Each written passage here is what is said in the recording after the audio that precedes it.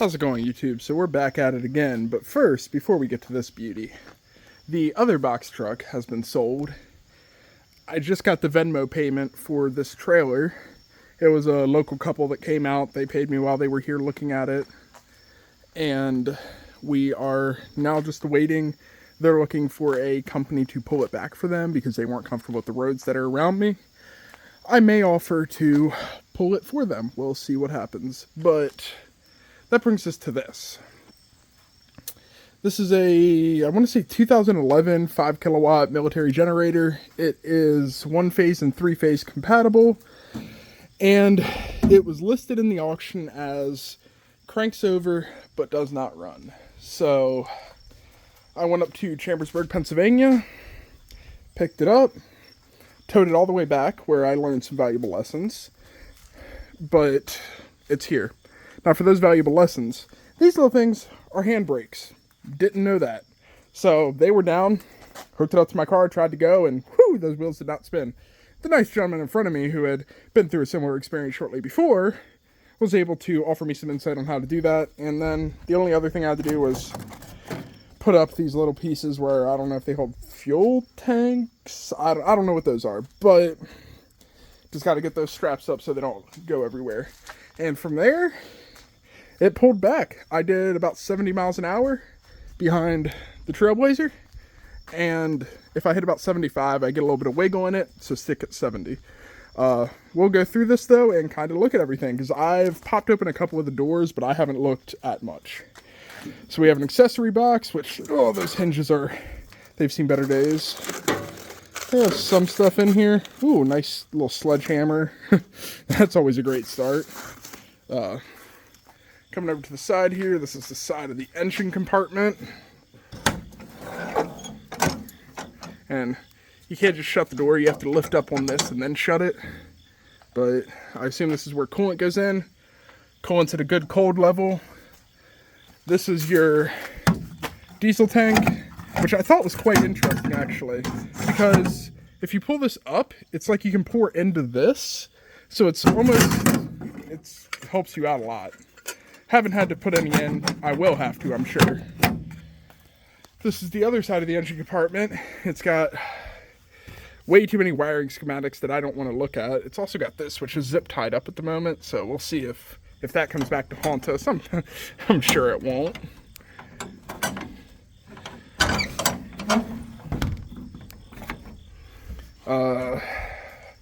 Do not stand or store heavy objects on top of unit. Noted. We'll climb up here. Oh. And I assume this is our controls. Yep. So let's just see what happens, because I don't know how to start this. Okay, so that's a prime start. Battery on, or battle short.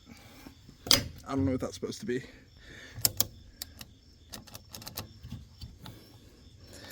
And I have no idea what I'm doing here. So there's probably a starting sequence that I am not aware of. So maybe there's a kill switch in the engine. I'm going to go ahead and turn back off all the stuff I just turned on, because I have no idea what I'm doing. And go look around to see if there's a kill switch for the battery, since that would make sense. So I'm starting to get somewhere, but it's also leading me to have more questions. This is the negative terminal that comes off of the passenger side battery and runs to the starter over here. So it comes down to the starter ground. This is the positive of the driver's side battery, which runs up here. This is back there is the negative of the driver's side battery, which goes to the positive. So they're wired together to make a 24-volt system. And I'm getting no ability to crank. Looked it up online. I know the proper starting procedure at this point. Also can't get a dead crank going out of it. From everything I can see, it just looks like the batteries are not charged. So the auction listing listed it as running, that they didn't have to jump it. That may have been the case. Maybe they did that a while ago and it sat. But I think what I'm going to do is individually disconnect the batteries from the entire components, and then I will go ahead and charge each battery independently. It should take about an hour and a half per battery, so in about 3 hours the battery should be done. I can let them sit overnight, see if they're still showing a 12 to 13 volt charge tomorrow, and that will give me a decent idea of if one of these batteries is just absolutely trash. I have the driver's side battery charging, about an hour and 25 minutes left on it. I just do an hour and a half for all my batteries. This one is a little smaller, but it's also a deep cell, so I don't really know. But shout out to the Govplanet snap-on charger that I got a while ago that I have used all over the place at this point. I looked up these batteries. They're anywhere from $270 to $350 a piece. That being said, if this does not work, I have a whole slew of batteries back there, which will be the ones that go in here. So we'll find something else out. But I have a fairly high hope that if we charge these both up, we have a good shot. I'm going to go ahead and clean off all the random auction stickers that are on this thing and get all my tools cleaned up. And I'll hop back with you once these batteries are charged. So I'm back about 24 hours later, and somehow, after charging these, they turned to black. Okay, but in all seriousness, the yellow top Optima batteries would not hold a charge. They would not hold a single volt. I'd charge them up for the prescribed amount of time, and maybe because they're deep cell, or maybe just because they're that bad, they would immediately die. So I went out to Walmart. I did not get the AGM batteries. I just got a cheap version that has enough cranking amps. They're rated higher than the batteries that were in here. And now we'll see if we hit this crank button. Oh, that's what we're looking for. So now we'll put that on normal, move some stuff, and try it from the front. So I did look into this process yesterday, and really, panel lights on. Okay, we now have a light here and a light there. That's better than we were doing. Engine preheater, we can turn it to preheat. Should not need it given the temperature. We'll do the prime and run.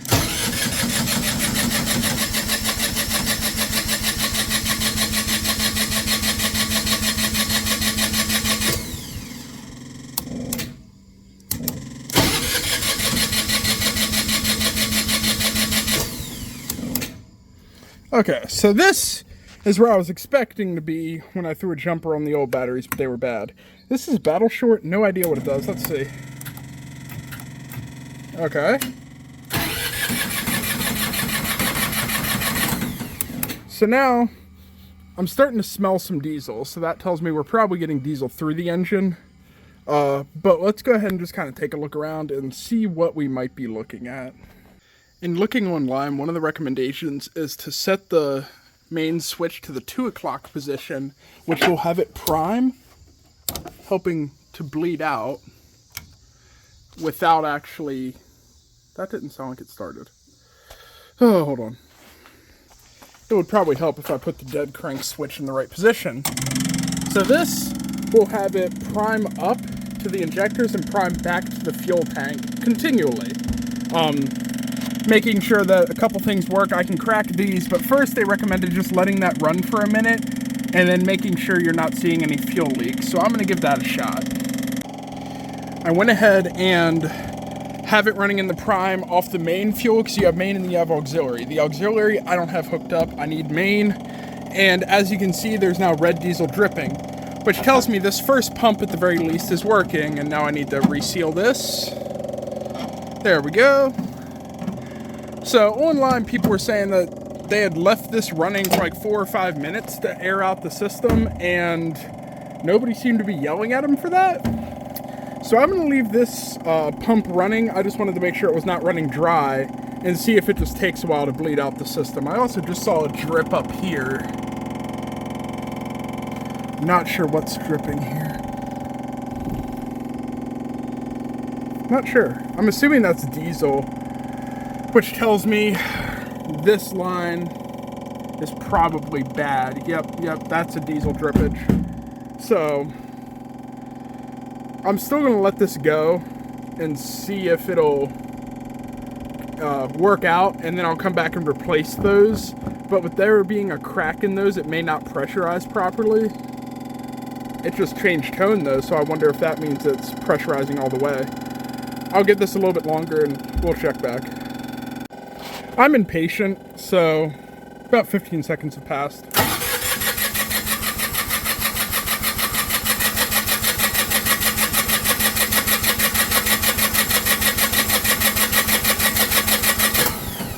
Nope. Okay, so this looks a lot different than you last saw it, and that's because I've been diving down rabbit holes trying to figure out what's going on, and I found it out. So first of all, I took off the little safety covers on both sides just because I was trying to see what was going on. Then I came over here and I pulled a bunch of bolts, just looking at stuff that I was trying to figure out what was going on. I pulled this belt off of the wheel down there to get better access. Turns out that I was watching a video that depicted a different part of it, trying to show the internals of what I was looking at, but the way that I needed to access it was right here on the side. Once I knew how to access it, half hour or so, and I got both injector pumps off. So this is the left one here, and then there's also one on the right. I took both off. So you can see this is a good injector pump. The pump goes up and down as it should, and it's based on this spring. This is what takes your low pressure, and then it pushes it out of the top. In the technical manual, it says if you're testing these to work, you should get about 3,000 PSI out of the top of these. Now, I cracked off my lines on the top and got nothing. So I went ahead and I pulled this first one, and I'm like, looks like it's okay. I don't really know what's going on.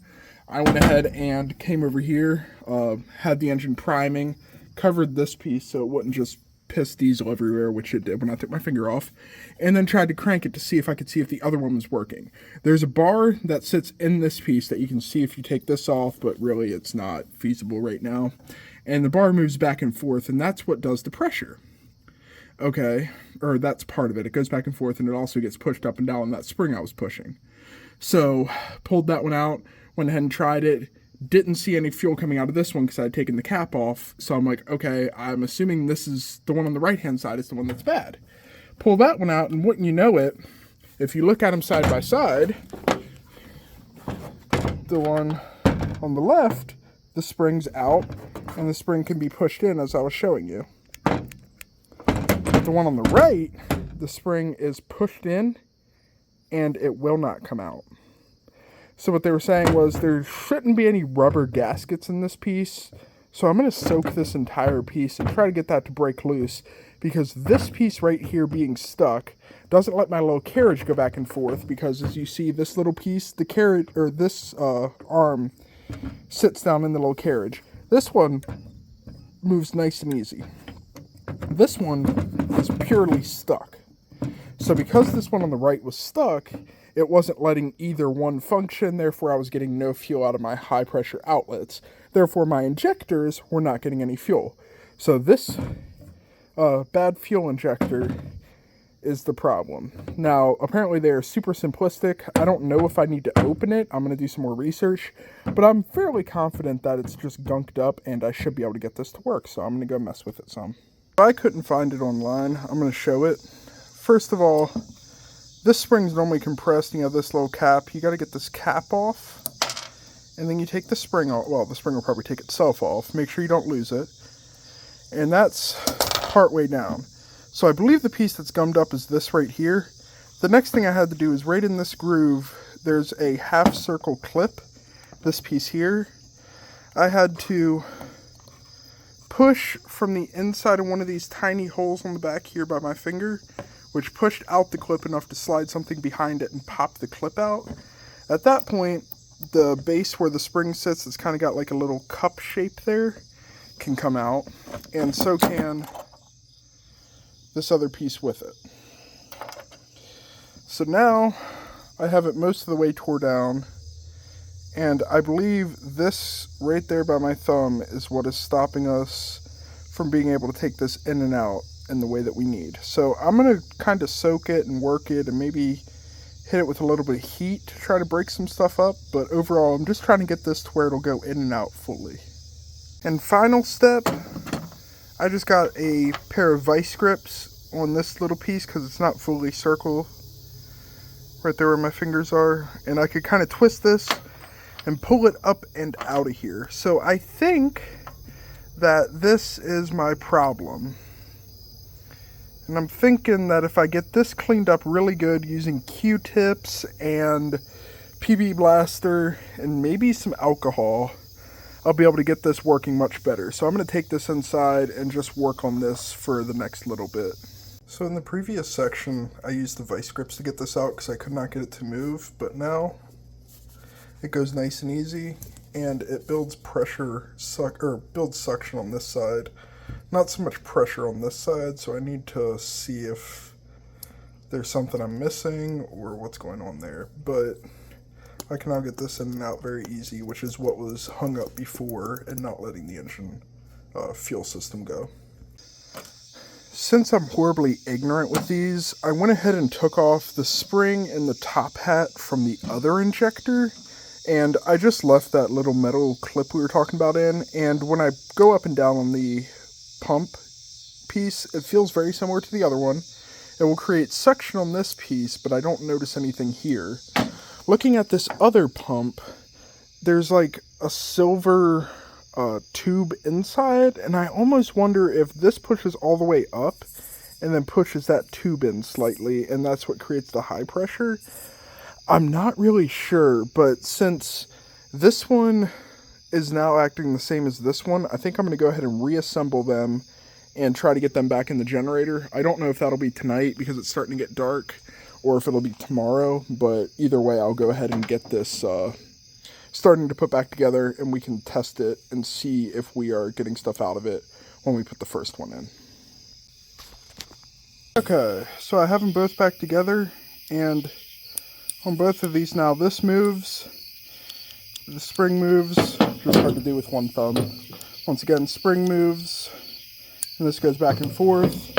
When you put them next to each other, they're sticking out right about the same amount. So I'm going to clean these up, get the little bit of hair and whatnot off them, and then put probably just one back in for now, and see if we get anything coming out of the top of it. Something very important that almost got me is there's little gaskets here. This side, I think there's 2 or 3 black ones. Over here, it looks like there's a green one and a black one or two. And you need to make sure that those go in. 1, if they come out on the same side, and 2, that they are all perfectly lined up. The one over here ended up like spinning off this way some. And luckily I saw it before I put this injector all the way back in, but that would have been a problem. At this point, I think I got it, and now it's just a matter of working this injector in there and getting everything hooked back up. And then I'll do the same thing I did before, where I just put my finger over this and see if we spray fuel out the top of this when cranking. So I'll prime it to get pressure in it with my finger over this, and then I'll go to this dead switch and put it up to crank, and we should see fuel shoot out the top of this, but we'll see what happens. Okay, that one back there is in. We have the fuel line down there from the right connected. I think we're good to go. So what we're going to do is go to normal, and up there I have it set to the main prime. So this will make it prime, and you'll see fuel start coming out of here. So I'll cover that, and we're now pressurizing the system. Now if I hold you guys here and crank, we'll see.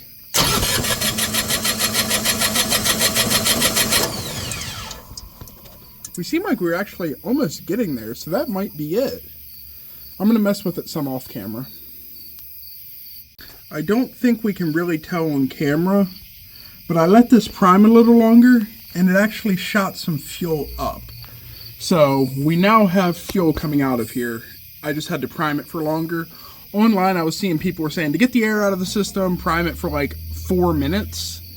So I think this may have fixed our issue. I'm just going to have to let it prime for quite a while. So in order to do that, I'm going to get this second one back in. We'll get this fuel hookup going, and then I'll prime the system for a while and crank it.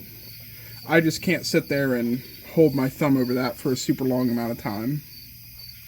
Okay, so it's doing the prime. We have a little bit of fuel dripping out of this, which is where we had previously noted that this whole line's probably going to need replaced. That's okay. Let's see what happens if I crank now. Yep.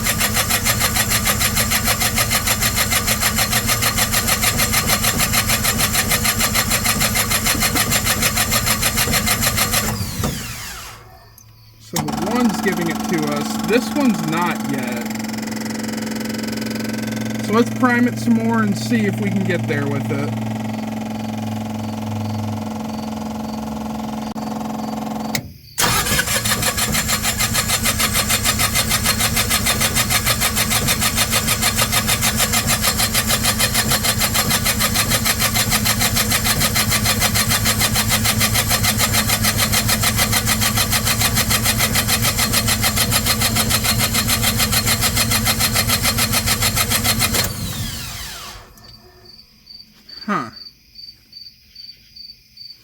So that one very slowly is giving us some. This one's not. So I'm going to pull this one back out and just see.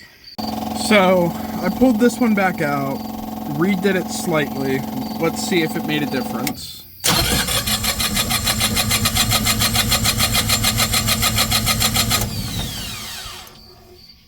Nothing. Okay, so what I ended up doing was coming down here, unscrewing this piece, which came off of that stopper. That's how you adjust the slide in the middle. I found out that when I had this on, it wasn't quite going all the way counterclockwise like the instructions tell you to set it. Once I went ahead and took that off and turned it all the way counterclockwise, these both line up, and now I can move it all the way back and forward with no issue. So I've just been priming it, and then we'll try to start and see what happens.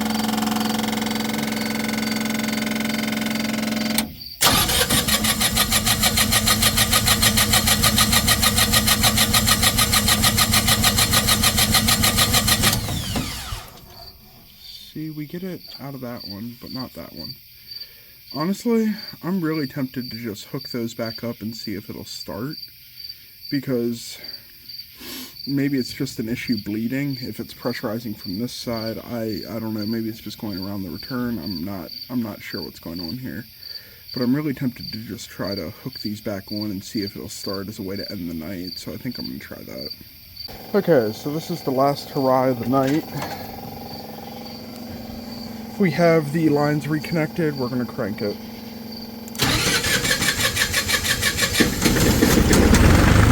Oh, yeah!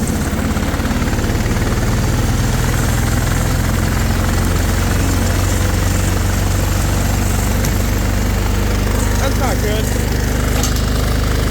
From the little bit of panic in my voice in that last one, I realized pretty quickly what I had done, and that was when I unhooked this governor in order to fully open those, that does the fuel shut off. So when you push this all the way back, the fuel shuts off, but it was defaulting all the way open and trying to run away. So that was rough. That being said, started up much quicker than I expected, and it ran really well. I do think if I got another one of these and had to do the same process, it'd probably be a 3-hour process for me at this point, instead of the 2 days that it's taken me at this point. Probably 6 hours, 7 hours combined. That being said, I just saw some stuff to do here. I'm going to pack up for the night because I don't want to bother my neighbors too much, and what was supposed to be a real quick on and off ended up being rather loud at almost 10 o'clock at night. So I apologize to my neighbors on that one. But that just means that tomorrow I'm going to come back and apparently I can't use ultra-wide lens and flash. But what I'll do is I'll come back tomorrow. We'll put on these cover pieces, and the entire metal piece that I took off of the back while exploring has to go back on. And then I have to get the belt on, which will then tighten down the alternator. And overall though, it's running. So I'm extremely happy with that, and extremely happy that, you know, other than the batteries and my time, I don't have any cost in this. But anyways, I'll catch back up with you tomorrow. We'll put it together, we'll let it run, we'll try to let it heat up, and we'll test out to see if the electricity is working. Welcome back. So at this point, I got that actuator that was not connected last night reconnected, and I think you kind of move it back and forth to adjust RPMs, fuel flow, that kind of thing.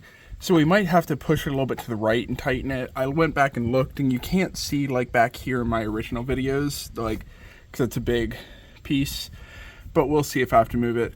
I also moved the clip for this wire. I had it mounted down lower where it was kind of interfering with that piece and fixed it, and I put my belt back on.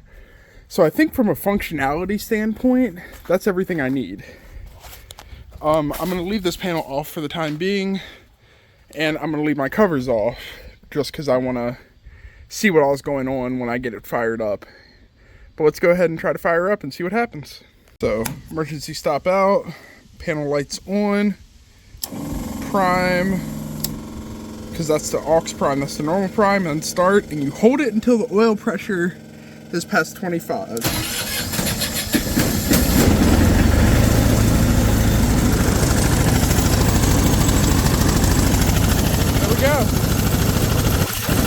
So the issue we were seeing and that I've been dealing with for the past half hour or so is the engine runs away. Starts right up, but you cut it off and it just keeps running for 20-30 seconds.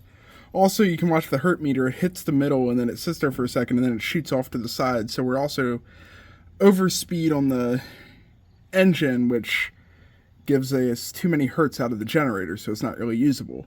What I found online is that you can twist the injection pumps that I took out to sync them or to give them more fuel or less fuel. So both of mine, when I put them in, I just put them in and I spun them, and the inlet feed line was directly against the side of this piece that holds it. And that means that it was all the way clockwise, which ironically is max fuel. So what I did was I cracked this loose, took this bolt out to take this little shoe off, and then cranked them all the way counterclockwise. So now the fuel inlet is pushing against this piece of the engine, or almost pushing against it. Did that on both, so now they're both should be set to the lowest fuel throughput. So let's go ahead and give it a shot and see if that lets us shut our engine down without all those problems. Let's hope this works. Oh, well, yeah. Let's hope this works.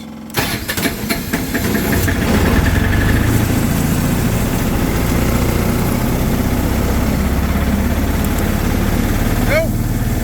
We're off. It's still going. The engine does shut down. It just takes a while. So what I set out for, which was getting this running, it's running now. So I'm going to go ahead and call the video here. The next video you guys see about this generator will probably be me trying to stop it from overspeeding. That being said, let me know if you like these weird, buy not running from an auction, and see what you can do with it, or what we can do with it. But that's all I have. And please leave a like, leave a comment, and subscribe. And until next time.